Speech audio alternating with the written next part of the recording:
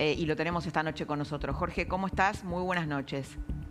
Hola Laura, buenas noches. ¿Qué tal Mariel y Pablo? ¿Cómo están? Hola, Jorge. Muy bienvenido. Bueno, estamos hablando de la interna, de la inseguridad, la interna por la seguridad entre la Ciudad de Buenos Aires y la provincia de Buenos Aires. Y estábamos viendo este tuit de Javier Alonso, lo leemos. El ministro de Seguridad de Axel Kicillof, ¿no? Bueno, son un montón. La verdad que Alonso escribió casi una carta en redes sociales. En reiteradas ocasiones, es uno de los primeros, el jefe de gobierno, Jorge Macri, ha intentado disimular las fallas de su gestión lavando su ropa con la provincia de Buenos Aires. Los problemas políticos internos, la inseguridad agravada por fugas de presos y la suciedad que invade las calles porteñas se maquillan con estrategias superficiales como si un perfume pudiera ocultar la falta de soluciones reales para los vecinos. Básicamente, en otro tuit que me parece que fue lo que más enojó a Wolf, por lo menos yo se lo pregunté a Wolf, es que Waldo Wolf y Jorge Macri hacen uso político de la sangre, o sea, de las víctimas. Hacen uso político de las víctimas. Todos los días circulan entre la provincia de Buenos Aires y la ciudad alrededor de 3 millones de personas. Como resultado de ese movimiento, dice el ministro de Seguridad de la provincia, Javier Alonso, porteños y bonaerenses sufren hechos de inseguridad en ambos lados de la General Paz. Nosotros no negamos la realidad, tampoco mentimos para disimular problemas de gestión, como lo hacen desde el gobierno de la Ciudad de Buenos Aires. Entre las víctimas no solo hay policías de la ciudad, sino policías bonaerenses y de las fuerzas federales, además de estudiantes, turistas o trabajadores de cualquier rubro de la economía. Bien, Jorge, una reflexión te quería pedir sobre este tema, sobre esta interna desatada. Primero la reunión y después, bueno, esta interna desatada y esto que está contando Gasulla y también el presidente Milei desde Davos diciendo la inseguridad es un tema del pasado. Bueno, es un tema complicadísimo desde hace mucho tiempo. Ahora yo creo que se reinstaló en la agenda por estos casos en los cuales las víctimas fueron policías de la ciudad que fueron víctimas de delitos en la provincia de Buenos Aires. Pero el problema de la inseguridad es un tema desde hace mucho tiempo bastante importante. Hay algunos indicadores, hace algunas semanas se conoció de las pocas estadísticas que se pueden conocer que daban una baja en la cantidad de homicidios a nivel nacional y eso supuestamente tenía que ver con con el tema de Rosario, que terminó el año bastante mejor de lo que había empezado y con que supuestamente había también menos delitos en el sector del AMBA. A veces hay un contraste con la percepción que tenemos todos por seguir las noticias, porque prácticamente todos los días hay hechos de estas características. El problema es que sobre esto naturalmente sobreviene la campaña y lo que estamos viendo es la electoralización un poco del tema de la inseguridad, ¿no?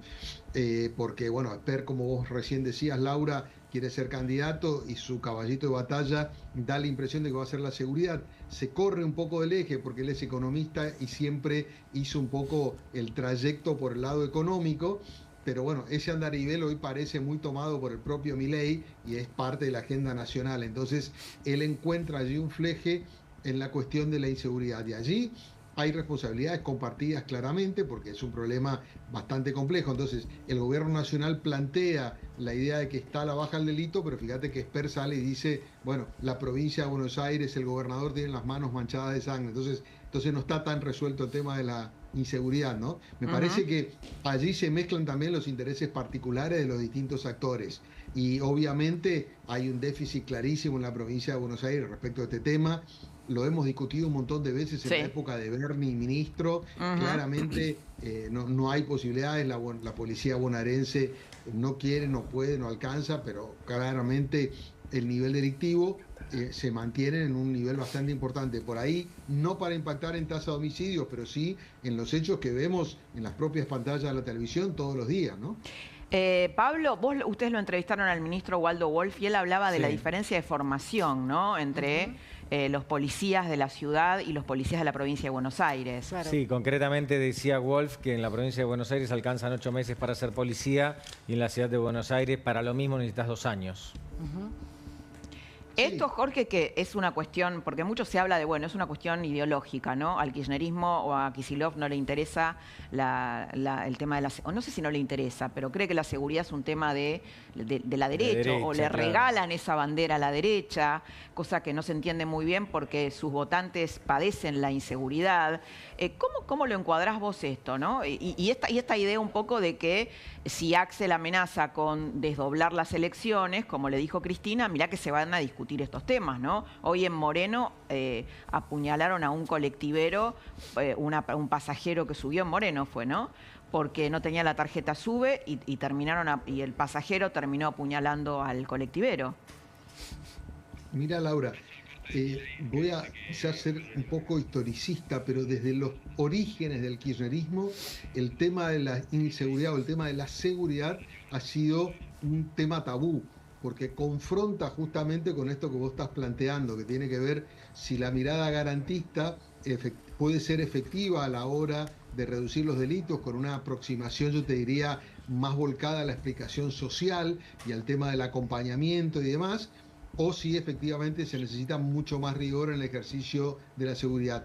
Recordad que en algún momento se creó el Ministerio de Seguridad, después lo sacaron, cambiaron los actores. Siempre el tema de la seguridad para el kirchnerismo ha sido un tema complicadísimo y tabú porque no terminan de saber cómo reaccionar. Y en eso Kicillof es un claro heredero de Cristina, porque de alguna manera hereda esos tabúes y esas complejidades para poder actuar. Dicho esto, la bonaerense es una fuerza muy difícil de manejar y el conurbano es muy difícil de controlar. Lo hemos visto incluso en la época que estaba María Eugenia Vidal al frente de la provincia y tampoco resultaba sencillo. Es decir, es un problema claramente que excede al gobierno de turno, que trata más o menos de ver cómo se sube dentro del potro sin que lo tumben. Exacto. ¿No? Yo te diría que los gobernadores lo que buscan básicamente cuando van a la provincia de Buenos Aires, que no haya un hecho, un escándalo que termine en una pueblada. Sí, además está esta maldición de que los gobernadores de la provincia de Buenos Aires nunca llegan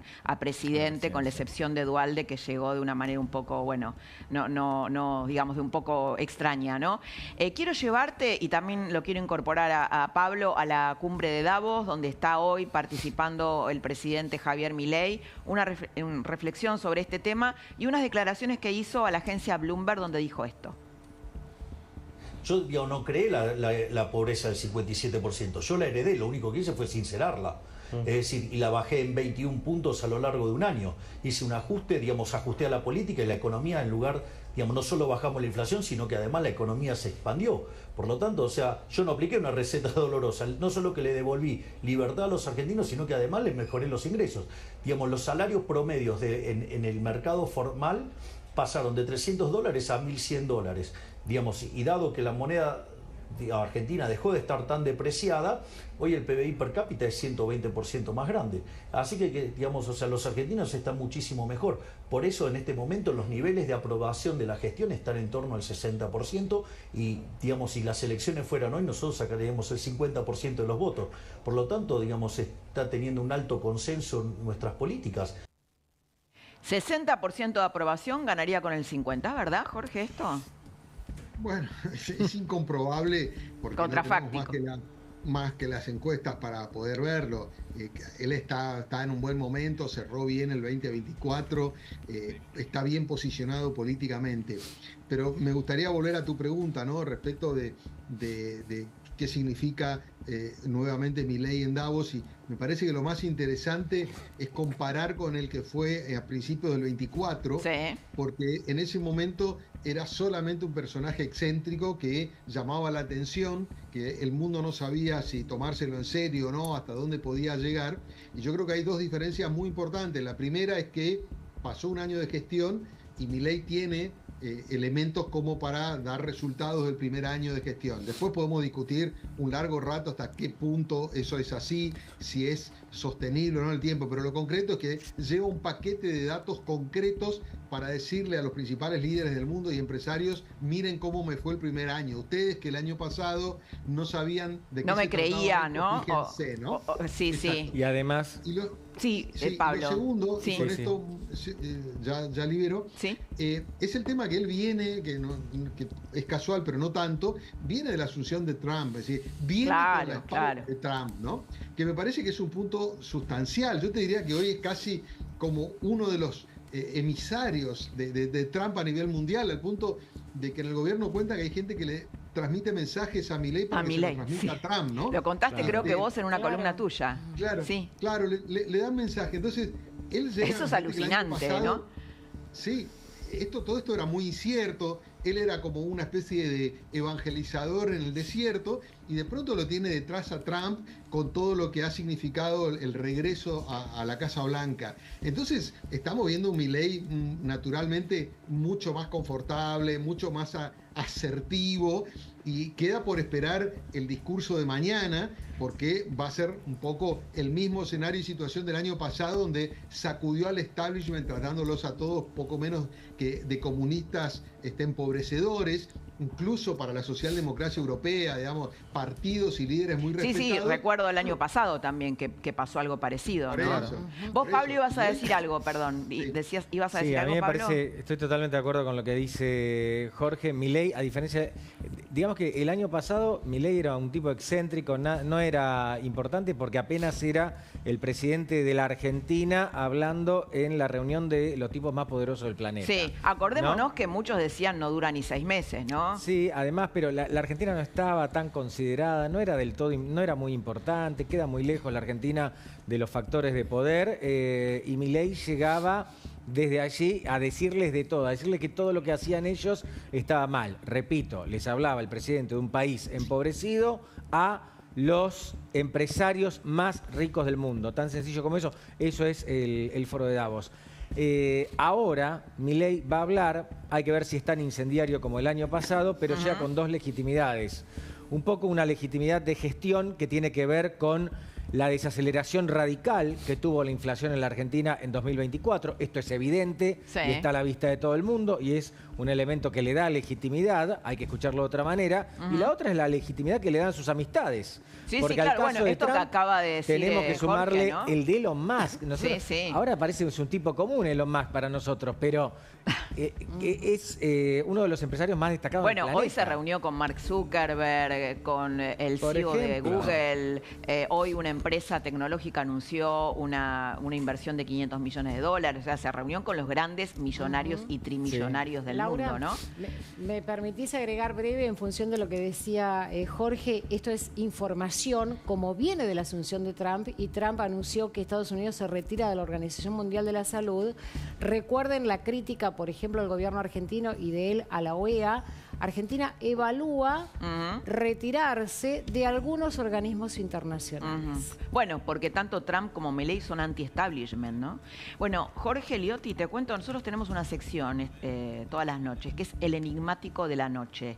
Y tiramos una pregunta y a las 12 de la noche develamos al enigmático. Esta vez nos vamos repartiendo al enigmático, hacemos un juego con Fernández Blanco, que nos espera hasta las 12 de la noche, Sí. para develarlo. Y esta vez le toca a Luis Gasulla el enigmático. Bueno, el enigmático de hoy nos metemos casi con el mundo de la farándula. Atención, mirá, Jorge bueno. Liotti, prestale atención. Liotti es muy A Jorge farandulero, Liotti déjame es re decirte. farandulero, Por eso. sí. Yo lo conozco y Está es re farandulero. enganchado Sí. con todo el WandaGate y todo eso, sí. Mira, ¿quién es la famosa? ¿Quién Sí. es la famosa que a la hora de elegir pareja Sí. termina en un escándalo judicial vinculado a veces con la corrupción? Ah, Porque se viene una me gustó, noticia también. Ah, ¿Vos ¿se decís viene que- una? ¿Vos decís que elige mal o que...? No, yo te diría que elige bien. Económicamente Bueno, elige bien, depende. pero Bueno, pero si judicialmente termina en la justicia, después hay problemas judiciales. Ya lo O adiviné, sea- pero no te lo voy a decir. la Yo adivinaste. creo que también. Fernández Esta vez Blanco. Yo creo que también. ¿Vos la adivinaste, Jorge Liotti? No. A ver, ¿podemos repetir quién es la famosa? Lo que pasa es que acá la historia es lo que vamos a contar a las 12 de la noche. Ah. Hay audios, hay fotos, hay videos. Ah. Es un verdadero escándalo judicial que se viene. No lo sabemos todavía, o sea, es una noticia que todavía no salió a la luz. Empieza a salir, ya estaba chequeando en redes sociales. Hoy te digo, una primicia dura 2 segundos. Ya en Twitter empieza a difundirse. Pero tiene que ver, involucra a una famosa muy importante que bueno, otra vez va a ser noticia. Bueno, bien. Prometedor. Tiene Prometedor. Predilección por los hombres con causas. Basta, Y con no diga plata más. también. Nunca y sabía con tú. plata. Viste, ya lo adivinaste, ¿viste? Ya lo adivinó. No, pero No Mariel- me spoileen el enigmático. Ya lo les adivinó. pido, Pablo por me favor. cuida. Mariel Pablo es me intratable en este tema. No, Mariel te saca todas. No se puede Intratable. jugar así. Basta, Mariel, hasta acá llegaste, como diría Massa. Hasta acá llega. Mariel, Pablo, un placer compartir con ustedes. Jorge, Buen esperanos programa. un ratito que queremos aprovecharte un poquito más en el buen sentido de la palabra. Gracias, chicos, por el pase. Gracias. A vos. Y nos divertimos y Hasta nos mañana. informamos. Bueno, abrimos ahora sí la mesa por la inseguridad o por el tema de la seguridad. Lo tenemos a Luis Coronel, que es comisario retirado de la provincia de Buenos Aires. Luis, ¿cómo estás? ¿Qué tal? Buenas noches. Muy bienvenido tenerte Gracias. acá. La verdad que es un lujo porque tengo mucha expectativa con las cosas que nos vas a contar. Bueno, Así no hay que, problema. bueno, estoy contenta que estés acá. No por el tema, que siempre es un drama, pero Sí. volvemos a tener a Lucas Damián, que es vecino de La Matanza, es un ex colectivero de una línea de San Justo, creo que es, recordanos la línea... La línea 242 de la cabaña. Exacto. Y Lucas, bueno, dejó su trabajo justamente porque temía por su vida. Y lo tenemos al doctor Hugo López Carribero, abogado penalista. Hola Laura, mucho gusto. Por supuesto que a Ale Cancelare, a Jan Livares, que ahora nos va a contar un caso que acaba de suceder. Y contanos, Jan, el Bueno, caso. es uno de los casos que conmueve, ¿sí? Tiene involucrado a 2 colectiveros, así que vamos a aprovechar a nuestro invitado para preguntarle Ambos, del por qué. Vamos sí. a ver las imágenes. Esto pasó en Moreno, ruta 23 y Lisandro de la Torre. Lo que ven es un pasajero filmando una lucha de un pasajero con 2 colectiveros. Y paso a contarles la historia. Este joven que ven sin remera, sube sin tarjeta, una señora le paga y ahí se genera un entredicho con el chofer de la unidad y su colega que estaba yendo a la terminal para empezar su jornada laboral. Entonces, ¿por qué yo digo 2 colectiveros? Está el chofer y el colega. Se bajan del colectivo porque comienza una disputa, se agarran a trompadas arriba del colectivo, frena la unidad y lo bajan. Una vez que lo bajan, este joven, como ven ustedes ahí, sacó un cuchillo.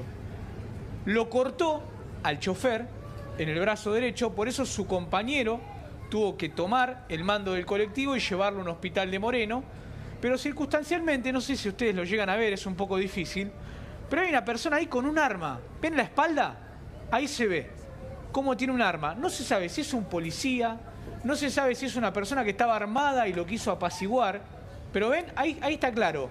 Hay 2 personas luchando con este joven que no tiene remera. El más morrudo. Claro, y ven ahora una persona un poquito más rellenita, con un arma en la mano. Bueno, de milagro, esto habla, Laura, de lo que son los ánimos exaltados, y de milagro no tenemos un chofer que, más allá de un corte, no tuvo una puñalada o algo peor todavía, que esté internado. Bueno, esto habla de un episodio más de inseguridad, como para presentar el contexto de lo que pasó hoy, hace minutos por la tarde, en Moreno, y después vamos a contar de lo que pasó en las últimas 12 horas. Bien. ¿Sí? Porque un policía de la ciudad mató a un motochorro anoche en Crovara y Ruta 4, en la zona del límite de la Tablada y de San Justo, más allá de lo que contamos ayer también de Villa Madero. Lo tenemos a Jorge Liotti un ratito más y quería pedirte una mirada sobre esto, Jorge, por esto de, bueno, esta exaltación de los ánimos, ¿no? Una persona que entra a un colectivo, apuñala a un colectivero porque no tiene la SUBE. ¿Cómo ves esto? Estas noticias, además, Laura, donde hay involucrados, además, policías de la ciudad, ¿no? Sí, lo que pasa es que me parece que este tipo de casos es un poco diferente a los intentos de robo, a los motochorros, demás. Acá me parece que hay una mezcla de delito con descomposición social muy fuerte, porque es un hecho, digamos, una persona que quiere subir a un colectivo. Entonces, me parece que en muchas de estas circunstancias también se mezclan de alguna manera un conurbano que va descomponiéndose progresivamente y que eso naturalmente después termina generando niveles de agresión muy altos, sensibilidad muy alta, porque la gente tiende a autoprotegerse o a tratar de resolverla como pueda, la sensación de ausencia de efectivos de seguridad. Entonces me parece que se mezcla un poco de todo, ¿no? Y es reflejo de un momento bastante crítico. Nosotros muchas veces miramos la protesta social como la protesta social organizada. Bueno, cuando no hay protesta social organizada marchando parece que no hay niveles de tensión, pero se canalizan de otras maneras, ¿no? En el conurbano este tipo de dificultades se resuelven de otros modos y en general, digamos, pasan este tipo de cuestiones. Cada uno, dentro de su posibilidad, o acude a un arma o acude a la autoprotección, en fin, tratan de protegerse. El Estado aparece allí muy limitado para poder resolver estos temas. Te hago la última, Jorge, que bueno, siempre te digo, siempre es un lujo tenerte. Hoy se enojó Milei con una periodista de La Nación, con Luisa Corradini. No es la primera vez que se enoja con la corresponsal que fue a cubrir la cumbre de Davos. ¿Qué pasó? En realidad no pasó nada nuevo porque es simplemente un recordatorio de lo que ocurrió hace un año. Ah, me acuerdo, sí. No hubo un nuevo episodio con ella. Él el año pasado fue tremendamente agresivo porque Luisa Corradini había dado cuenta de que en la exposición que hizo Milei en la cumbre de Davos, el recinto, el salón que estaba previsto no estaba completo. Y eso enfureció al presidente y bueno, la criticó muy duramente. Y hoy volvió sobre el tema, pero sin que hubiera un nuevo elemento, simplemente porque la volvió a ver. Sí, no, la volvió a ver porque en esta entrevista que dio a Bloomberg se le permitió a algunos colegas estar presentes, sin preguntar, pero participar. Entonces, bueno, la volvió a ver y volvió a criticarla. Pero no fue más que eso. En todo caso, habrá que ver mañana, donde va a volver un poco a la situación del año pasado, y allí estaremos cubriéndolo con Luisa. Es una corresponsal de La Nación de hace muchísimos años. Sí, que por está supuesto, gran en periodista. Francia, pero cubre mucho de lo que ocurre en el plano europeo. Bien, Jorge Eliotti, muchísimas gracias por esta charla con nosotros. Por favor, mandamos un Laura, abrazo. un gusto y que tengas buenas noches.